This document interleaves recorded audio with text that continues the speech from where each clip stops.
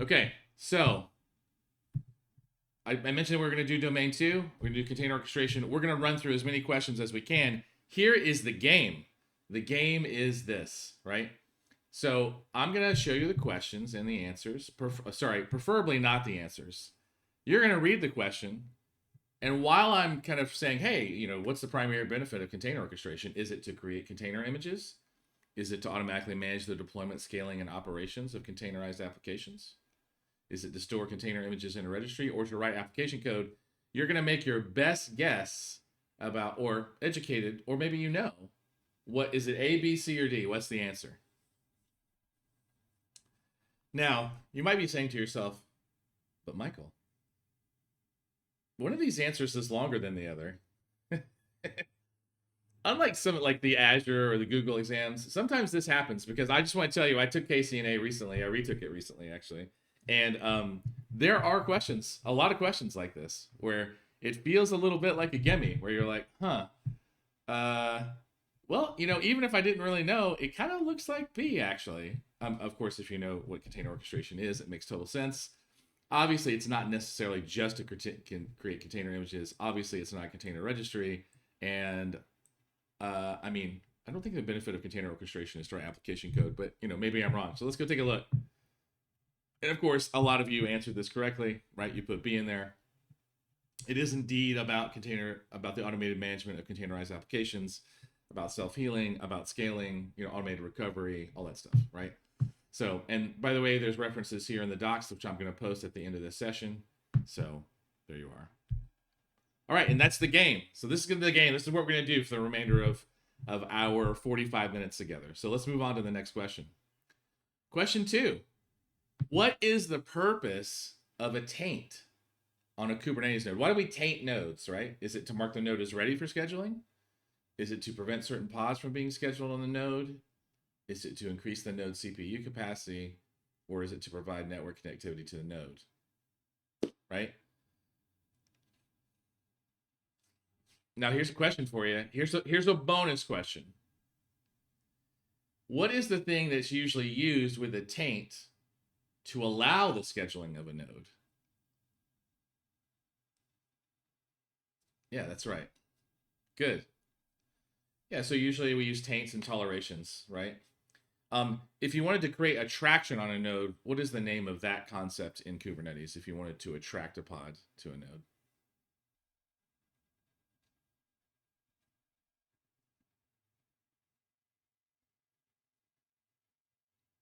So that would be pod affinity, right? Affinity, your affinity for something. Okay, good. So, but maybe I'm wrong. But once again, the answer is pretty long. It looks like B is the answer, right? So taints, right, are basically I are applied to nodes to repel nodes from pods from being scheduled, unless they have matching tolerations, right? So, um, this can be used, by the way, to isolate different systems, to isolate a system for upgrades. Basically, there's a lot of reasons to use taints. There's also a lot of reasons to use selectors as well, right? So taints and tolerations. Okay, good. All right, question number 3. Which container runtime is commonly used with Kubernetes? I felt like they could have made this a little trickier, but this actually was a question on the exam, and it wasn't about containerd. Um, but it was and I think it was OpenShift. So, I mean, this one again, kind of a gimme. Unless you like Apache, what web server, or is it just Apache, MySQL, Nginx, right? In this case, pretty straightforward that it would be containerd. Now, what's the other one that is used with other distributions? I think OpenShift also, although they may have switched off of this in the next forthcoming release. What's the other runtime that's used very frequently? Yeah, Roddy, I see that you have containerd. Yeah, sorry, you have Creo. Apologize. Yeah, you said Creo. That's great. So Creo with the other one, there are obviously other specialized runtimes. Those are probably the two most well known, particularly because of their status with the CNCF. So, yeah. All right. Let's talk about question number 4 because I think we are confirmed that container D is the container runtime backing. Okay. All right, so what happens when a pod, if there's a toleration that is matched to a particular taint, right? In other words, if you schedule a pod and it's got a toleration that on a node with a matching taint, like they match, right? So they align. Is the pod deleted? Is the pod scheduled? Is the pod removed, like the taint removed from the node, or does the pod just like completely fail to start?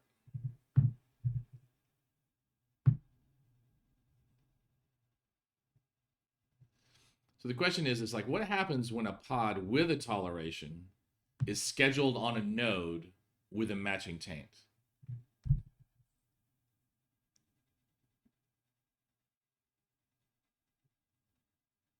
Yeah, the pod just runs, actually.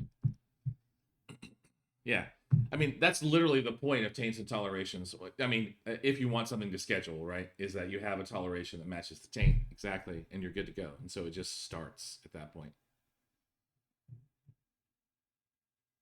Good. Okay, question 5. What is the CRI, the Container Runtime Interface?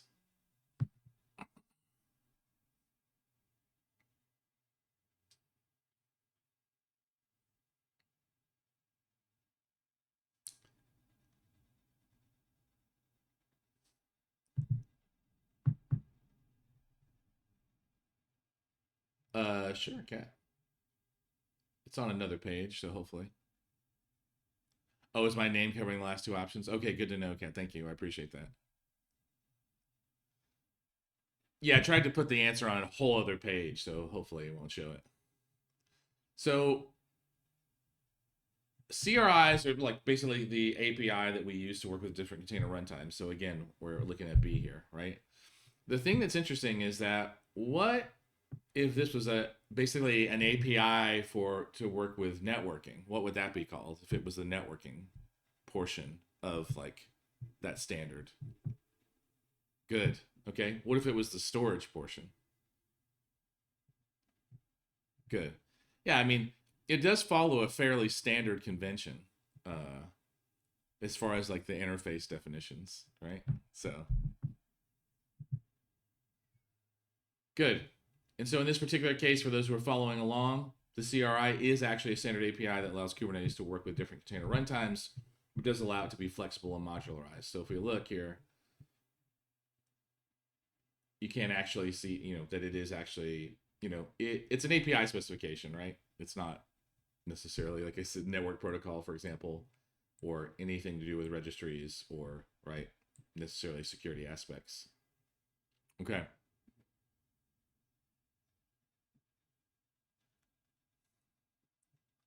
Okay. Question 6. What is a daemon set used for in Kubernetes? So is it to run one pod on every node? Is it to store configuration data? Is it to provide network access, or is it to manage user authentication? Okay. Good. So a bunch of you put A on there, right, to run exactly one pod on every node in the cluster. What would we change the question to if we were going to talk about to store configuration data? Let's rephrase that. To store configuration data and state data for the Kubernetes cluster. What would that be instead of a daemon set, right? It would probably be, in this case, like etcd, right? Like in order to store like state about the cluster itself. But like PenPal brought up an interesting point, like stateful sets, for example, right? So stateful sets, daemon sets, all of them can have storage attached to them, right? So then what is the significance of a stateful set compared to, say, like a deployment or a daemon set? What is the thing that makes a stateful set so unique compared to other workload types?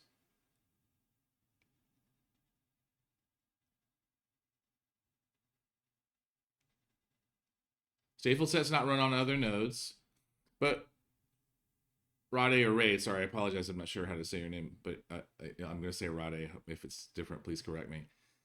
Stateful sets and daemon sets and deployments can all actually have storage attached to them. So they can all have storage attached to them. So then what is the thing that makes a stateful set distinctive from, say, like a daemon set or a deployment?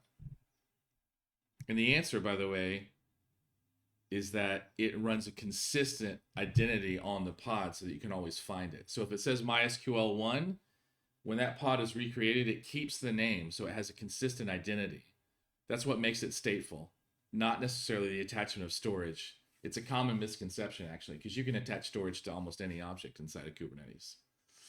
Anyway, the answer here, as far as daemon sets, is absolutely right. Daemon sets are when you want to run things on every node. So, for example, that could be some kind of log aggregator. It could be some kind of operational component, right? There's a variety of different reasons and options to do that, right? But basically what you're trying to do is you're trying to make sure that a pod runs on every single node. So let's see, Shannon, sidecar containers can run when we use daemon sets. As far as I know, I don't know that I've ever done that with a daemon set, but you can run sidecar containers. I mean, it's funny because like sidecar containers are not like officially, I think they just now in 1.3.2 or 1.3.3 hit official status. But yeah, I think you can run sidecar container in every workload type. So Pen Pal, you were asking like, what is a etcd used for in Kubernetes, right? So like if we change the question, like what is etcd used for? Etcd is used to basically track all state and configuration data for the cluster, not for applications per se, just for the cluster. But it does contain config map data and secrets data and all this other stuff. But basically, etcd is used to track, is basically the data store for the entire cluster. Yeah. So, daemon sets do actually have identifiable names, Kat. I don't think it's the same for every node. It does have like the distinctive like suffixes that you find there. So, stateful sets, though, will retain the same name no matter how many times they're created. So, and the reason is for that is so that you can find them consistently. So, you asked if stateful sets are run on every node. Stateful sets are not run on every node. Stateful sets are just like deployments. They can just be kicked around. Daemon sets are specifically for running on every node. Okay. Good. All right, so daemon sets basically ensure that, all, it says or some. I don't know if I put that in there. I hope I didn't. It usually runs them on all unless you have some kind of exclusion, right? A taint on there. Yeah. All right, question 7. What's the purpose of a security context in Kubernetes? So when you define in the specification whatever workload type, let's say a deployment, right? What's the security context used for, right? Is it to store encrypted passwords? Is it to define privilege and access control settings, to create network connections, or to schedule pods in specific nodes? Again, this is like the type of questions that you get on KCNA. And, in this case, obviously, it's a little bit easier because, again, it's defined basically privilege and access control settings, which I see all of you got right. So, I mean, it does do it in the context of already existing Linux security systems, right, if you will, and includes like basically everything listed here. And I think the idea is to limit in a sense, the exposure, if you will, by trying to keep things as least privileged as possible. That is a common kind of theme. We often joke that there's two things that are relatively difficult in Kubernetes as compared to, say, like cloud computing, and that is security and networking, just because there can be, a lot of complexity to that. And so security contexts basically help you scope the running of a particular container in a pod, right? So that it limits what they can do and what resources they can access. So, okay. Question 8. Which field in a security context is used to specify the user ID that containers should run as?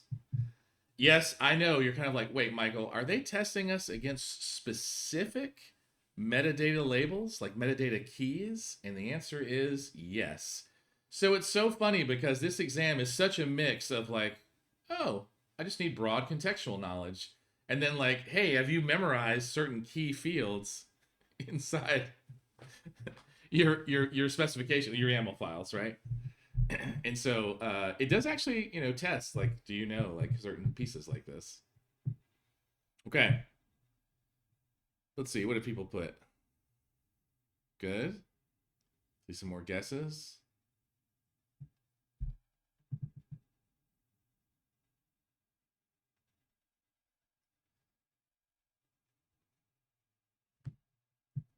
Oh, cat, that sounds horrible, actually. Yeah, I actually remember taking a test where they were asking about flags, and the flags had just changed. It was craziness. Anyway, the answer here is the run as user field, which I think most of you have gotten, right? Those have answered, right? Basically specifies the UID, right? The user ID that the container is going to run as. Now, as we know, containers are just process virtualization. They're not operating system virtualization. You're just virtualizing a process, right? And so the run as user field basically says, hey, for this particular space that we're running and the process in this space, what can it do, right? And the statement there, running containers as non-root users, is not only a security best practice, it's kind of like the default now, right? We don't give them access.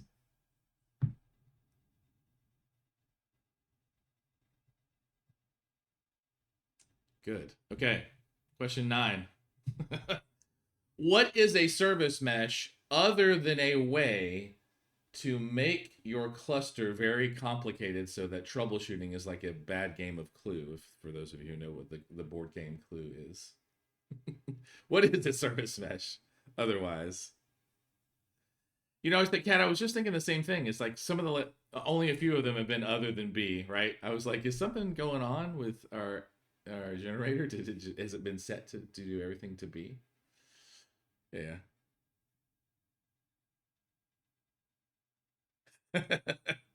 Maybe. I think the main idea is just to test our knowledge, right? So service mesh, I wouldn't necessarily say it was a service, so that's good. It's definitely not a container runtime, definitely not a storage system. So even by elimination, you could probably say, oh yeah, it's basically a layer that you add on top of things to create a service communication. I think that's accurate. Okay. And I was joking. It does add some complexity to the cluster, but man, it can be totally worth it with mutual TLS and circuit breaking and all the stuff that service mesh can bring. I think it also depends on the service mesh that you would want to use. For example, here's a little interesting question about the ecosystem, and this came up because we're working on the cloud native platform associates quiz, the new CNPA certification that's coming out. One of the questions that came up is basically there was a if you need a just simple service mesh versus a lot of complex bells and whistles on your service mesh, which are the two kind of like options that were there? And one was Linkerd, right? And the other one was Istio. Does anyone know which one of those is considered to be far more simple as far as from a service mesh implementation? Yeah, Linkerd is typically considered to be like the more simple of the options. But Istio has now simplified a lot of their stuff, and they've got a lot of bells and whistles. So, you know, choose what's appropriate for your particular needs. Okay, so question 9 for those paying attention is that service mesh is actually a layer that handles service-to-service communication. So I think we've kind of covered that already.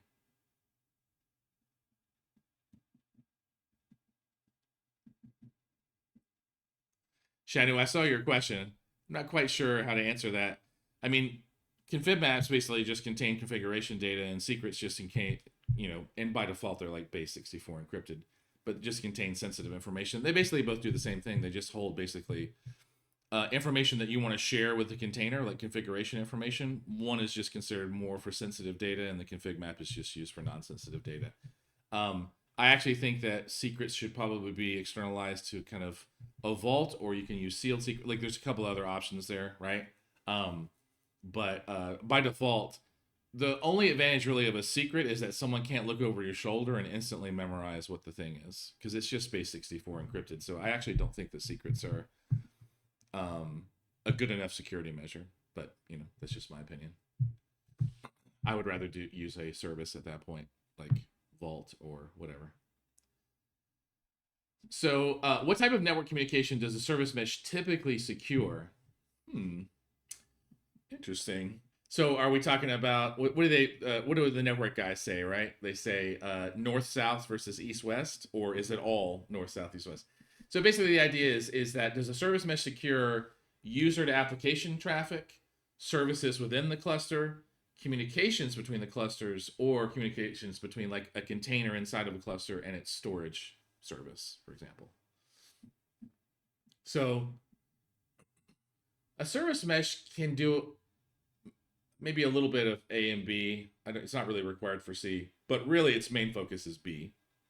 When we talk about users and applications, we're into the whole TLS public key infrastructure space, right? Where we're adding certificates that are of a slightly different kind of quality than when we do mutual TLS, which is how we secure service to service, pod to pod kind of communication within a cluster. Don't question yourself, Kat. I agree that most of the answers, except for maybe like 2, have been B. We'll fix that for next time. We'll make sure that that's not the case. All right, so there we go. And, we just mentioned mutual TLS, authentication, authorization, like the whole trifecta, right? Ensures that communications are encrypted, properly authenticated. But I just want to mention is that service meshes do so much more than that. But, that's one of the primary reasons to use them. Oh yeah, this is a good statement. Inter-cluster communication is handled by cluster federation and multi-cluster network solutions, not typically by service meshes. Yeah, that's fairly accurate. Although you can use service meshes for that. All right, let's talk about question 11. What is the primary function of kubeproxy? Because we're not talking about the kubelet, right? We're not talking about, controller manager or the cloud controller manager or etcd. We're talking about, in this case, probably a worker node. Is kubeproxy responsible for scheduling? Is it responsible for network communication and load balancing services? Does it store cluster configuration data, or is its job to run containers on worker nodes? Yeah. Okay, so if D was the answer, what would we change the primary function of? What would we change that space to? To run containers on worker nodes. What component of a worker node is responsible for actually running the containers when the scheduler comes and says, hey, run the containers? What is that piece on the actual worker node that actually is responsible for responding to the schedulers, or in this case, the API server, right? What's the other component other than kubeproxy that runs on a worker node? The kubelet. Yeah. Right? So to schedule pods on nodes, that would be the scheduler. So like what's the primary function of the scheduler in the Kubernetes? To manage network communications and load balancing for services, basically on worker nodes, that would be kubeproxy, right? We already talked about how etcd is used to basically to store cluster configuration data. It's really the kubelet which we to run containers on worker nodes. So for our answers here, obviously kubeproxy is going to do all the communications and load balancing for the actual worker nodes themselves, which I mean is pretty much all the traffic, but just to make that distinction. So it's going to run on each node, worker node, and I refer to them as worker nodes. Obviously, node is the correct technical term. Handles the routing, actual pod implementation, load balancing, and it doesn't matter whether it's node port or whatever the service definition is. Obviously, if it's an ingress, you're going to have other components involved. Okay. All right. We've only got like 25 minutes left. Let's keep going. Okay.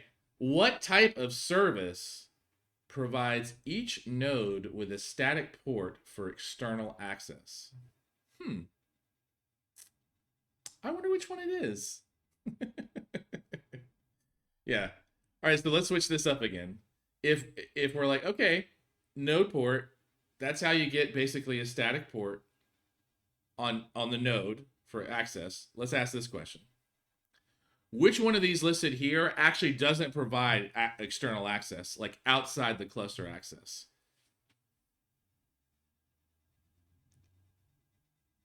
Yeah, isn't that interesting, right? Cluster IP is actually just for internal referencing. It's inside the cluster. It doesn't actually provide external access. And then of course we've got node port, we got load balancer, we got external name, right? Pretty clean. By the way, are load balancers and ingress the same? Or are they different?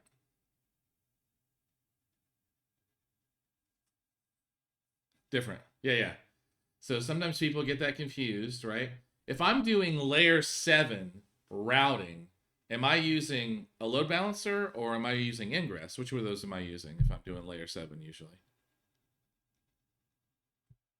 I'm doing pathing, right? I'm doing pathing on my URLs, right? /mobile, /desktop, right? That's what I'm doing. Yeah, good. Okay. Good. All right. So for the answer purposes of this question, each node gets a static port for external access. That would be node port. What's the range? I want to say it's up to 65,000, but honestly, I don't think I remember the exact range, right, for node port. We'll have to look it up in a second. Yeah, I can't recall either, Shannon. I want to say it's 1,024 to 65,535, but that could be completely wrong. But maybe it's above that. I'm not sure that I don't know why I've never memorized that. Yeah. Okay. So just to confirm, oh, look at that. Hey, Sean, guess what? The answer's right there. 3,000 to 32,000, right? So that's the range by default, I guess. So memorize that, right? So 30,000 to 32,767. That's very specific, actually, on every node. External traffic can be reached by, the node's IP address and the port in question. Yeah. Okay. Thanks for asking that, Shanu. But because now that it has special significance. Good. Question 13. What is the network policy in Kubernetes, right? I just want to point out the answer is not B.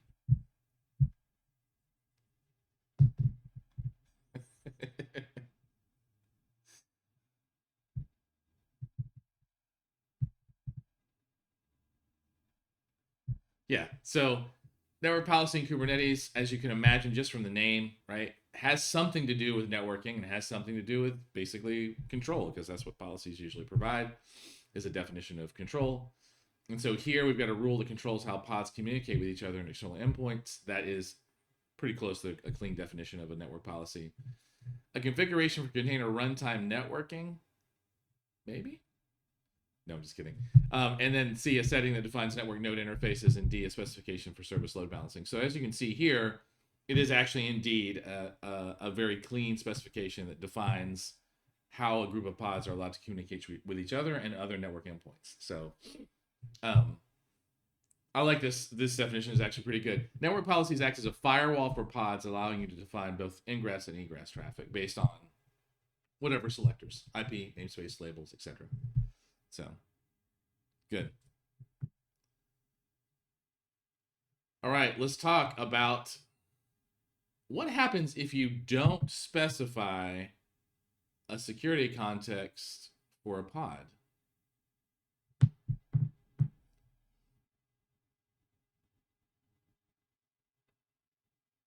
Shano, I saw your question. I'll answer it in a second. That's right. And B is back again. We're back to the normal. So will a pod fail to start if it doesn't have security context? Will it use the default security settings? Will it automatically run with maximum security? Or will Kubernetes prompt you to specify one? It would be nice if Kubernetes prompted you, but it doesn't actually. Unless you're making some kind of technical error. Kubernetes doesn't prompt you very often. By the way, have you all seen kubectl-AI? The Google's released basically an AI tool that you can run on your pods. Oh, sorry, on your cluster. Yeah.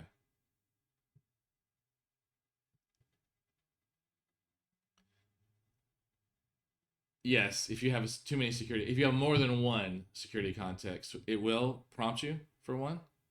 Huh. I guess it would actually. It would probably fail and say, hey, pick one. Okay. So the default general rule is that if you haven't defined a piece of metadata and it has a default, then Kubernetes will just run the thing with whatever defaults it's got, right? So in this particular case, if you don't specify security context, it's just going to run with the defaults that you have, right? So for example, if UID 0 root is by default, that does violate the principle of least privilege, but you haven't defined a default security context, so that's what's going to happen. So, okay, question 15. Oh, interesting. What is the purpose of image pull secrets? Well, this came up quite a while ago for those of you who ran into rate limiting on hub.docker.com, right? Which was, I think, by default where Kubernetes pulled all of its images.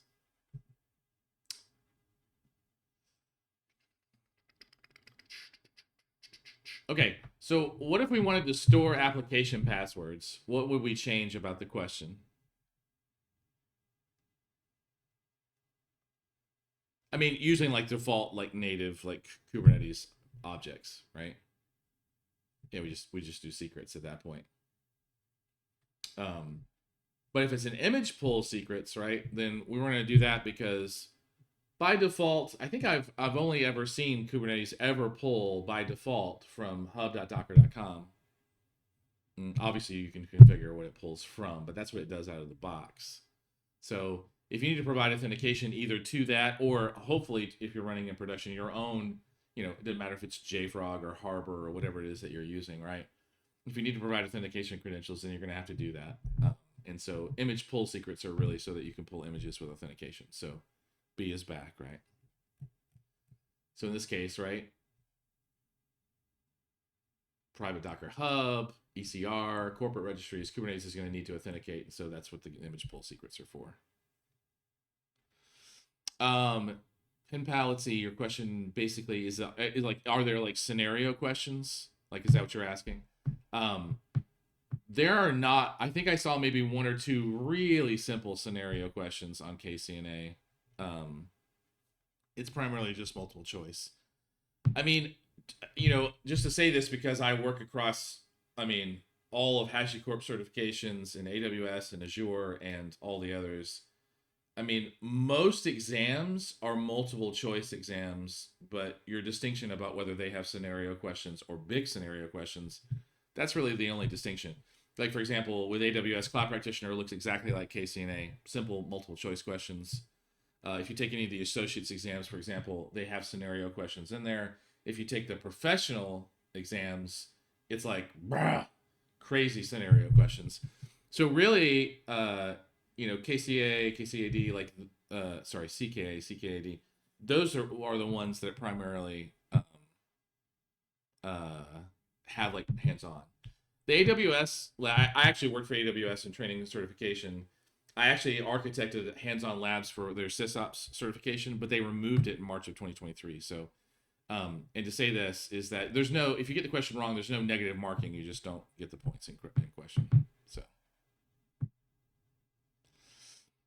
Let's see, Kat, you were asking, are the images ever encrypted? I have only ever made my own images and encrypted them. I believe like JFrog and Harbor both have the ability to encrypt images. They're usually decrypted in flight. They are obviously TLS transport. I don't know that I know the answer to that actually. So there's definitely TLS connections. There's no issue there. I don't know that if they're stored locally and encrypted, are they decrypted before they're sent or are they decrypted when they arrive? If I remember correctly, I think they're decrypted before they're sent once they come out of storage on the registry and they arrive unencrypted across an encrypted connection. I believe there's a way to fix that. I remember having a client who asked me about that recently, but I don't remember what the whole step was for that. So, yeah. Yeah, shipping it encrypted and then decrypting it, but then you're going to end up shipping the key at some. Anyway, yeah, there were some issues there that I found when we were looking at it. But I guess my real answer is I don't really know actually. Yeah. Right. Unless you have a pre-agreed upon key kind of locally, which can be done, and that's actually what we were looking at. for the NFL, actually. Okay. All right, so which scheduling constraint would you use to ensure that a pod runs on a node with specific hardware? This could get a little debated. This could get debated, maybe a little bit, possibly. Yeah, so this assumes that you understand that out of the box, Kubernetes. So out of the box, if you had, for example, ARM-based systems or Windows-based systems versus Linux, or ARM versus like Intel, like AMD 64, what does Kubernetes by default put on those nodes so that this kind of thing would work, like so that you can actually use a scheduling constraint? Yeah, PinPal, good. It puts labels on there, right? So if you're running a Linux box or a Windows box, or you're using different types of processors, like if you were to throw, for example, a Mac in there, right? Kubernetes would actually be like, oh wait, these are the labels, right? And so in this particular case, if you wanted to match against the labels, then you're right, and you have all answered it correctly, right? It's like you would use a node selector, which basically says I want to match only nodes that have these particular labels. And so when you go to schedule, the scheduler will look at that, and it'll only look at nodes that have those particular labels in question. This, by the way, is now used a lot. I mean, it was already used a lot before, right? Just to say this, but particularly now, because I've been running, machine learning GPU style workloads on systems for quite some time. Sometimes I'll run into clients who are like, hey, I can only afford to pay for one big cluster, which is a little weird, honestly. And so you'll end up separating things by dev, QA, and like OpenShift can be like that a little bit. Or usually I'll have a node inside of the cluster that is a bad actor.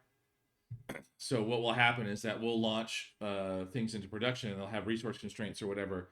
And someone will say something like, oh, we only need 4 gigs of RAM for this to run. And it turns out it needs 16.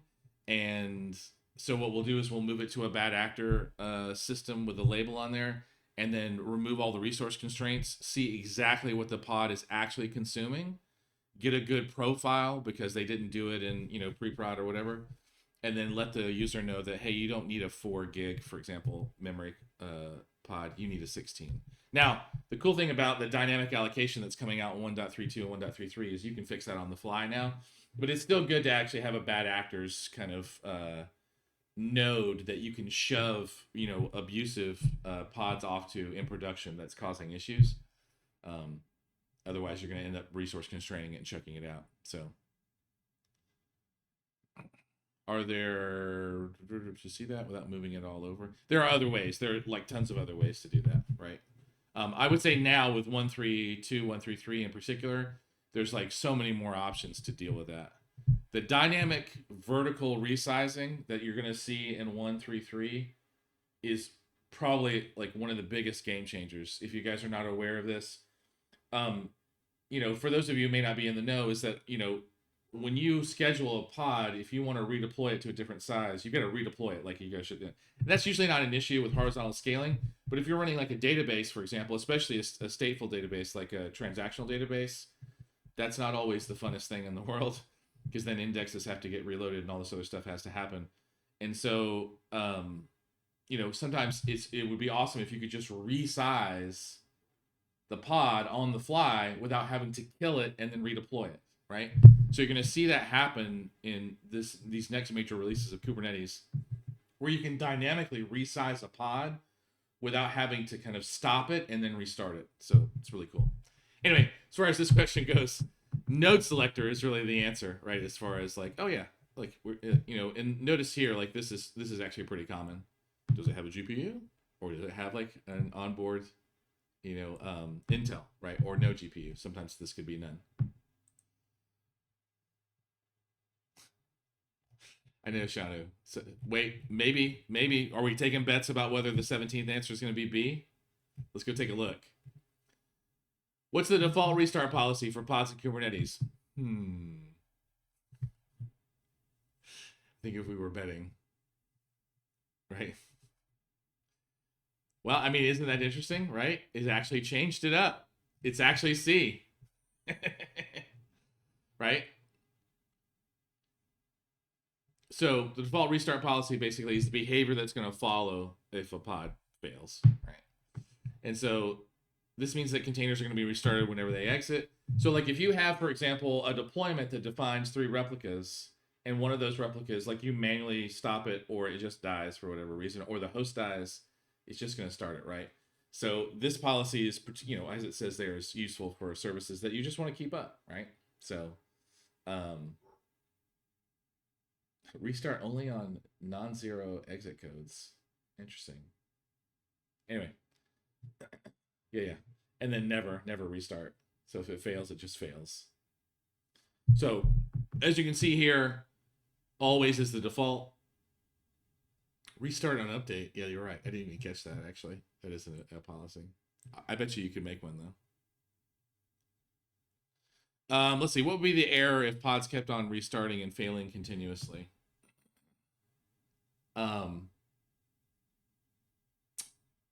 Let's see. I think you would see it basically start and then fail, and so it would be like in an error not ready state, right? So I think what would be the explicit error message that you would see? Because usually what happens is it'll do it a few times and then it'll start backing off, logarithmically backing off. I think it depends on the reason why it would fail. But like if it's like not being scheduled, or it could be like stuck in a pending state. There could be a variety of reasons. I think it would depend on what the reason would be that it would be failing. Like, crash back op loof, I think as PinPal was saying, would also show up, right? So yeah. I think it depends on the nature of the failure, but usually crash back loop off would be the one. So in that case, what's happening is it's now randomly kind of like adding different times into when it's going to restart. So the resolution basically, and this is the answer to any troubleshooting question, right? Is like, well, how do I figure this out? And the answer is always the same: get more information, right? So if you've got an object that's in an error state, and it doesn't matter whether this is Kubernetes or a component of Prometheus or a Windows system, if that component is giving you a non-ready state, the idea is you have to get more information first about the object and then about the environment the object is running in, usually in that order. So for example, if a pod is failing, the first thing you do is you go and look at that pod and say, I want you to describe this. Let's go look at the logs. Tell me what's happening. And then if the object itself isn't giving you information, then you back up and say, I want to look at the environment. So if the pod is part of a deployment, is there any information I can get about the deployment, for example, right? And if that's not working, then you step out, right? So like you might want to look at the entire cluster. But usually, right, you just need to describe the pod in question, possibly look at the logs if there's something going on inside of it, and see what's happening. And so that's my usually general recommendation: is look at the object first, describe it, gather any logs around it, then back up to the environment. Like if there's a construct around it, like a deployment, look at that, see what's going on with that. If there's something wrong with the configuration, and like, for example, if there's nothing wrong with that, then you might back up.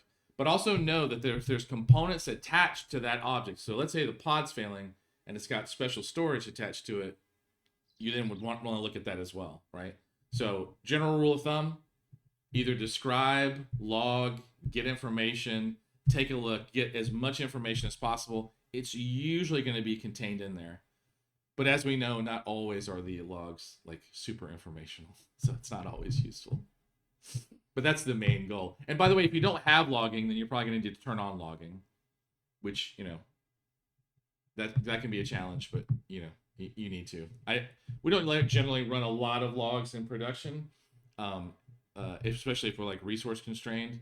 But man, it would be a great idea if we actually ran a decent level of logging in production to catch these kind of errors, because sometimes things only happen in production. So that's my rant. Okay, what is container image immutability, right? So immutable infrastructure is actually a concept that wasn't pioneered by Docker and Kubernetes, but man, it certainly brought it to the forefront.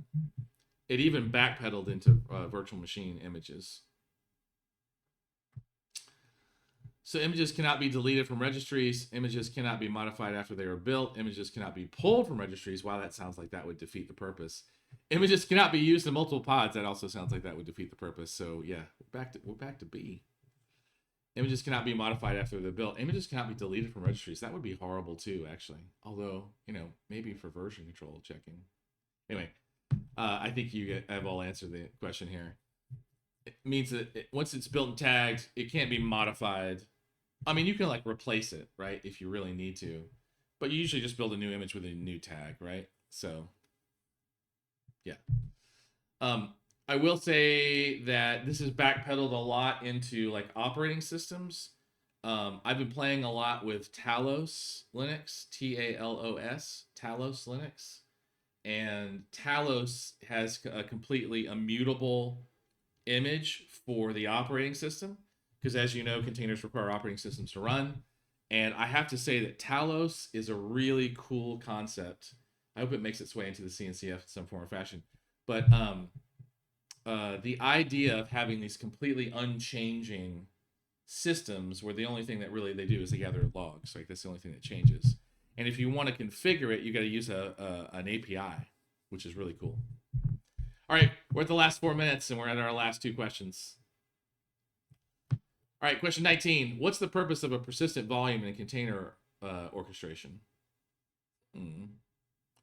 We talked a little bit about this. All right, so while you guys are answering this question, people, guys and gals, while you guys are answering this question, why do you want it to be immutable? So Cat, maintaining, updating, and evolving an operating system is the bane of most infrastructure administrators' existences, because you got to patch it and things will break. People get in there and start changing things. If it's just immutable like a container image and you want to change it, you just redeploy it. Now, I know that's not always practical, especially giving state, but since we are using clusters and horizontal scaling and all that stuff, we can get away with that more often. But the idea here is to minimize the amount of change in the environment, because as you know, change is typically the breaker of stability, right? And so if we just get in the habit of redeploying an image and making changes that way, then it makes it actually a whole lot more stable, because as you know, fewer changes, more stability. All right, back to this. Yeah, so in the past, like you would be updating an operating system while it was running, right? So, yeah. It gets painful. All right, so for this question, what's the purpose of a persistent volume in container orchestration? We're back to B, right? To provide durable storage that persists beyond container and pod lifecycles. Remember what I said earlier is that stateful sets, deployments, daemon sets, they can actually, batch jobs, they can all have storage attached to them, right? So just know that that is not something that is only allowed with stateful sets. Any workload type can actually have storage attached to it. And you would do that with a persistent volume claim, which would provide a persistent volume. So, well, and Kat, to your point, that's the way the whole world typically is run. So, all right, so notice here, right, PVs provide the basically storage volume, right? It's used for stateful applications. It is recommended that you don't use local disk for this kind of thing, and that you use some kind of storage system, Ceph, Rook, NFS, EFS, whatever you're into, right? Local storage is typically not like that. They do have to be provisioned via a claim, like a PVC. A lot of that can be done dynamically on the fly, especially if you're in a cloud provider, or you can do it statically ahead of time. So PVs must be claimed with a PVC. That's correct. I have never connected a physical volume without a PVC. I don't even know if that's possible. I think the claim is actually required. So I don't even know that you can actually claim a PV without a PVC. Now with Docker, you can mount a volume, but I wouldn't necessarily say the two were, the concept is the same, but very different. Yeah, because in Docker, you could just mount a volume. Easy. I think the reason there's PVCs is because you have to define a storage class. The storage class usually goes to a service. Is it NFS? Is it like API-driven storage? Like there's options there. And so because CSI is involved, and so you need to define the associated CSI, the associated storage class, the type, the service. So there's a little bit more complication to all that. So, yeah. And don't worry, you could do directories in Kubernetes, but you probably wouldn't do that in production. All right, last question, because it's 8:30 and then we're done, right? How does a service mesh typically implement traffic encryption between services? And look at that. We are not answering with B now. See that you all put C in there. So we've got network policies, which obviously can control ingress and egress between pod to pod. We've got secrets to store certificates. So yeah, you could store certificates in secrets, right? You could do that. So that's used for sensitive information. And then use container image encryption, which we kind of joked about before. That's usually flipping that on, right, in your repository management. But the answer to this is actually using mutual TLS, right, with automatic certificate management. So that's the idea, right? So we are encrypting basically client server, pod to pod, all of our connections within our environment. So, okay. So I want to be mindful of time because now it's 1 minute past the agreed upon time. So what's going to happen is that in about maybe like 60 seconds, you're going to see me post both week 1 and week 2's PDFs in this chat. So you're going to see that happen. I am going to let the recording kind of finish processing, and then I will post week 1 and week 2's recordings in here so you can have it. I will be here at the same time a week from now, and we're going to talk about domain 3. So we're going to cover the next section, and to give you a little bit of a preview is that we're going to be talking about some cloud native architecture questions, right? So we're going to, right? I'm going to make sure the answers are not B, but you can see already that we kind of failed horribly there. So I'll fix that. So recordings are going to be uploaded and shared. So, we're going to make sure that you have access to all of that. Okay. Otherwise, I think all the questions got answered. We'll put the links in. So don't worry, we'll put an announcement out. So we'll share the links from the previous sessions. They'll be posted in announcements, posted in the KCNA, and they'll be posted on the stage. So you'll be oversaturated with access to the previous recordings and links. So give me about 5 minutes and I'll post at least the PDFs. Otherwise, we'll see you next week. So thanks for being here. We appreciate you.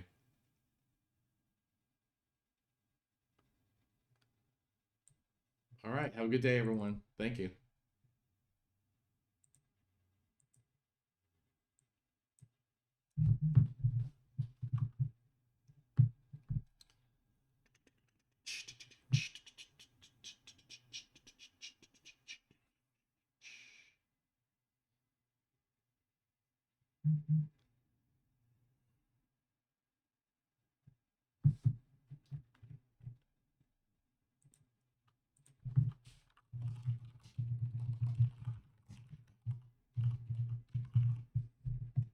Oh, yeah. I probably should stop.